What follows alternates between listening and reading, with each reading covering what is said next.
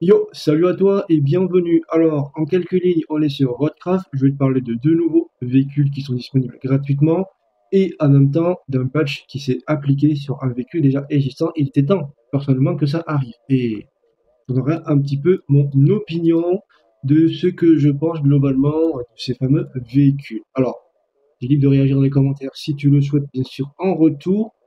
Et puis, si tu veux simplement lâcher un coup sur une partie, ça vous permettra de savoir si ça t'a plu ou pas ce que je t'ai présenté. Alors, pourquoi je suis sur le fameux HVOC? C'est que tout simplement, comme je l'avais déjà dit au tout début du lancement du jeu, c'est que le HVOC, il n'est pas mis en valeur dans le gameplay. Et je trouve ça vraiment frustrant, parce que dans Shadowrunner, ben, même si c'est pas le meilleur des camions qu'on peut avoir, il est quand même un peu plus cool à utiliser qu'ici. J'ouvre vite fait une petite parenthèse concernant le sujet des hashbox qu'on a dans Shadowrunner. Je tiens à préciser que c'est un coup de gueule que je vais passer à travers cette parenthèse. Si tu veux réagir dessus, il n'y a pas de problème.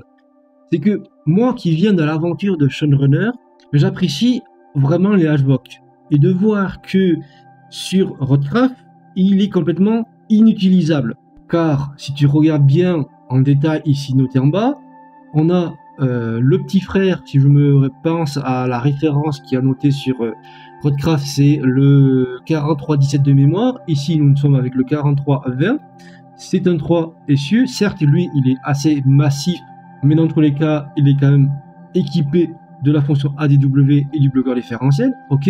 On a le grand frère, vu qu'il est dans la série 43, et lui, c'est un simple essieu et il a le bloqueur différentiel et l'ADW.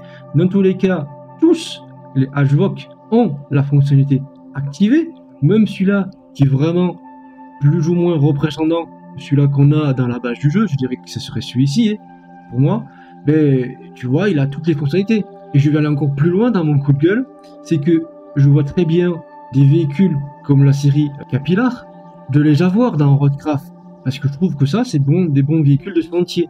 Et en plus, ce qui est marrant, c'est qu'on a un Manitou dans l'aventure de Shadowrunner. Et pourtant, je verrais plus un Manitou dans l'aventure de Roadcraft, qui serait beaucoup plus pratique pour transporter les containers, les différents types de caisses, ou les véhicules, ou les... je vais pas tous les faire, que d'avoir une grue, à chaque fois de soulever, de mettre les ancres et tout un tas de choses. Je trouve que ça beaucoup plus pratique. Voilà. Pas ce que toi tu en penses, mais vraiment, ça me fait rire. Si je vais aller encore plus loin dans cette partie d'analyse, si je prends les véhicules routiers, vu qu'on a des véhicules routiers, alors ceux-là, je vais pas les compter parce que ce sont des vieux véhicules, mais celui-là qui se ressemblerait le plus, ben, ça serait ce type de véhicule, je crois qu'on a à peu près dans l'aventure Roadcraft. Ils ont tous bloqueur différentiel, tu vois, le plus récent.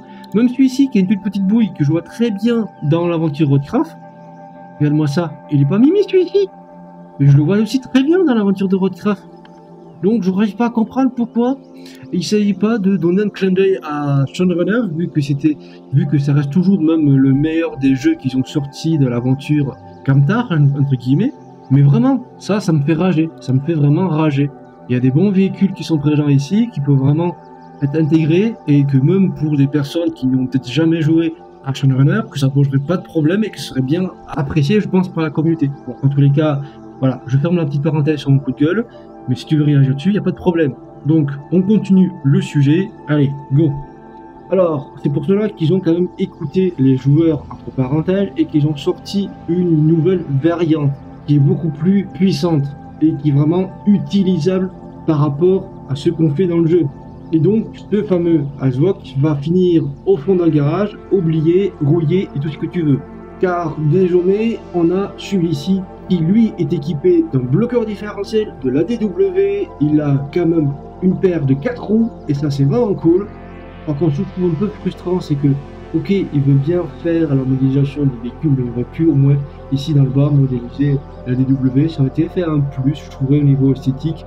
Bon, après, il y a plein de petites choses qu'on va voir un peu plus en détail, parce que ce camion, certes, il amène un plus dans le gameplay, mais tu vas voir que il y a des choses à corriger. Et je suis sûr qu'ils vont sortir une variante avec une grue. Alors j'espère qu'ils vont sortir une grue à la Shadowrunner, c'est-à-dire une grue qui se plie ici, pas une grue qui dépasse au niveau de la cabine ou qui dépasse dans la benne. Je trouve ça un petit peu moche sur le côté esthétique, parce que toi tu en penses là-dessus.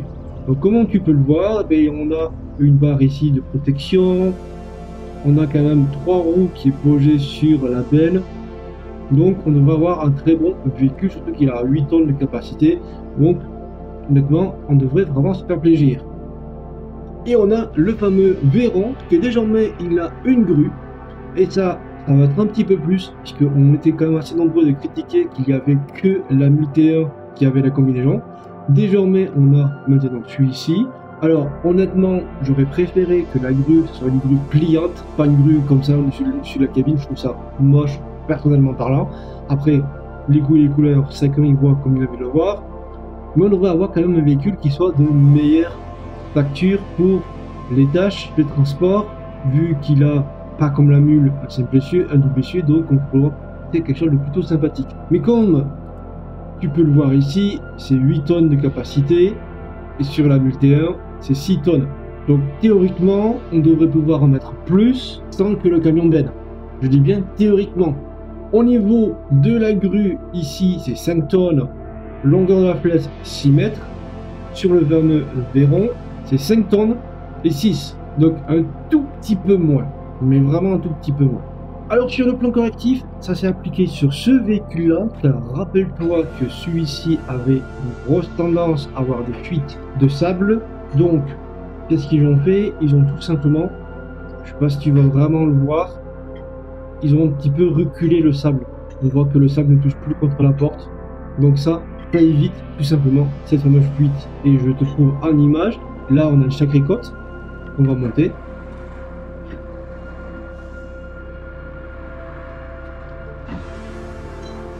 Dans un terrain qui est un peu déformé.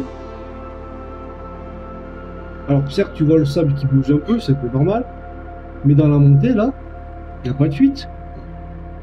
Il n'y a aucune fuite.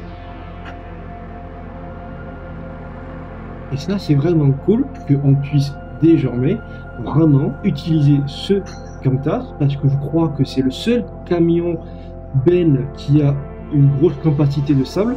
Parce que même la version DLC, je suis pas sûr qu'elle a autant de capacité que lui. Après, ça reste pas un camion qui passe partout, bien entendu, hein, mais au moins, ça met un petit peu plus de bonheur à l'utiliser. Qu'est-ce que toi tu en penses? Ben, tu me fais part dans les commentaires, tout simplement. Alors maintenant, on va parler du fameux remplaçant. Alors, comme tu peux le voir sur la fameuse T1, au niveau stabilité, on n'a rien à dire, le véhicule est parfaitement droit. Un simple véhicule qui est dans la benne, donc rien d'extraordinaire. Si par contre juste à côté je regarde le Veyron, et bien le Veyron lui c'est pas tellement la même chose. On a le même véhicule dans la benne, mais on peut voir que à l'arrière c'est de plus écrasé, et pourtant il est annoncé à 8 tonnes, rappelle-toi, 8 tonnes, 6 tonnes pour l'autre. C'est un double essieu, donc théoriquement on devrait avoir plus de force au niveau suspension. Mais ce n'est pas tout, il y a aussi un autre petit défaut. C'est que regarde la taille de la benne. Tu le vois très bien au niveau de la voiture. Ici, la voiture elle a quasiment pas d'espace par rapport à l'autre côté. Et ça met encore plus de points à la mule. Parce que la mule, déjà, elle ne pique pas du nez avec un seul véhicule. Elle a une benne beaucoup plus large. Après, en termes de longueur de benne, c'est les mêmes. Mais là, on le voit très bien. Tu vois que sur la mule T1, on a quand même de l'espace. Que par rapport à ici, on a quasiment plus d'espace. Et pourtant, voilà. Mais bon, qu'est-ce que toi tu en penses? Tu en fais pas dans les commentaires. Après, il y en a certains qui disent que le Veyron est moins stable quand tu manipules les gros charges. Moi, personnellement, honnêtement, si je mets les jantres, je vois pas de différence particulière au niveau de stabilité. Par contre, oui, c'est vrai que si tu transportes une charge à bout de bras sans mettre les jantres, ben oui, il a tendance à un petit peu plus à tanguer. Par contre, sur la route, c'est ça que je trouve vraiment plutôt cool, c'est que lui, il ne fait pas l'effet yo-yo que fait la mule.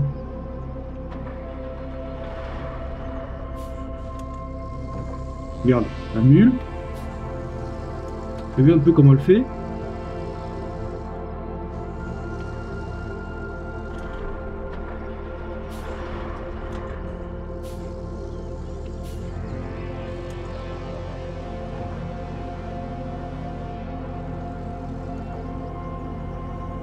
Le contact. On a vu un peu son comportement en court instant. On prend le Veyron. Alors par contre, les bruits des véhicules, je trouve que c'est dommage qu'ils n'ont pas fait en sorte que les bruits soient légèrement différents. Ce serait bien.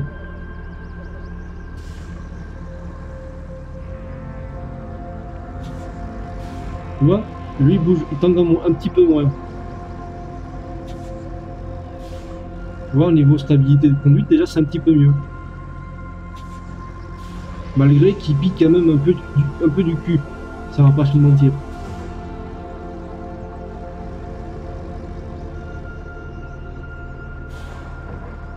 Donc, à toi de me dire ce que toi tu en penses. Et j'ai mis le frein. Donc, voilà pour ce petit détail concernant ce nouveau Veyron. Alors maintenant, on va terminer par ce nouveau véhicule qui, pour ma part, il y a quand même des petites choses qui me dérangent personnellement. C'est que malgré qu'il a quand même 3 essieux posés sur la benne, il est écrasé, mais comme c'est pas permis. Et ce qui fait que la barre de protection qu'on a à l'arrière, eh ben, ça fait un effet un peu de balancier. Tu vas mieux comprendre.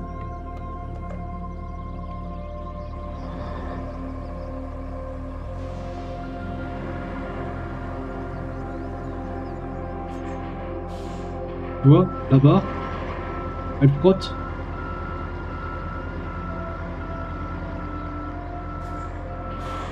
Tu vois un peu comment ça se comporte?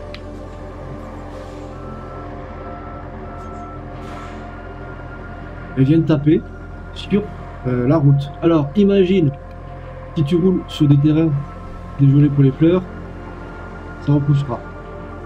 Sur des terrains un peu déformés, comment ça se comportera? Mais tu seras toujours un peu en galère. Donc tu peux le voir, on est vraiment à toucher le sol.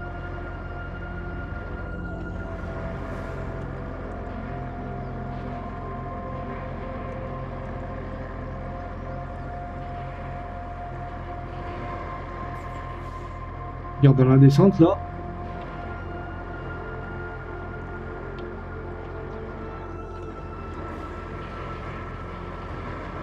Regarde, t'as vu la barre, elle vraiment elle frotte. Et ça, je trouve ça vraiment frustrant. D'avoir 3 issues quand même posées sur la benne et de ne pas avoir une force légèrement supérieure au niveau suspension.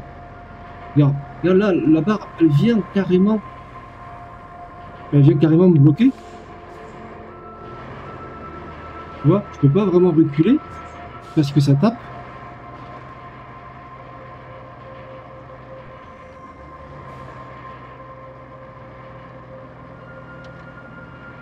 Donc, qu'est-ce que toi tu en penses? Ben, tu en fais part là aussi sur les commentaires en retour. Mais moi, je trouve ça vraiment frustrant de pas aller jusqu'au bout du détail, tu vois. Parce qu'honnêtement, on va pas se mentir, hein, plus tu as de suspension, logiquement, plus tu as de force. Donc, tu ne devrais pas faire un effet yo-yo comme tu peux le voir et comme tu as pu le voir dans la conduite. Tu ne veux pas non plus avoir tout le poids comme ceci vers l'arrière, malgré qu'il y a quand même un véhicule qui est sur le devant de la sur l'arrière de la cabine. Je sais pas. Je sais pas ce que vous en pensez. Dans tous les cas, je vous ai fait un petit peu le tour. On entend le mois de septembre pour voir les 2 nouvelles maps qui vont sortir. J'espère que les tarifs des DLC ne seront pas hallucinants au niveau du tarif, parce que ça peut être aussi une autre question pour ce projet par la suite. Bon, ben, à vous de jouer. Et d'ici là, on se retrouve pour une prochaine. Merci à toi de m'avoir visionné jusqu'à la fin. Bye bye et reste toujours curieux.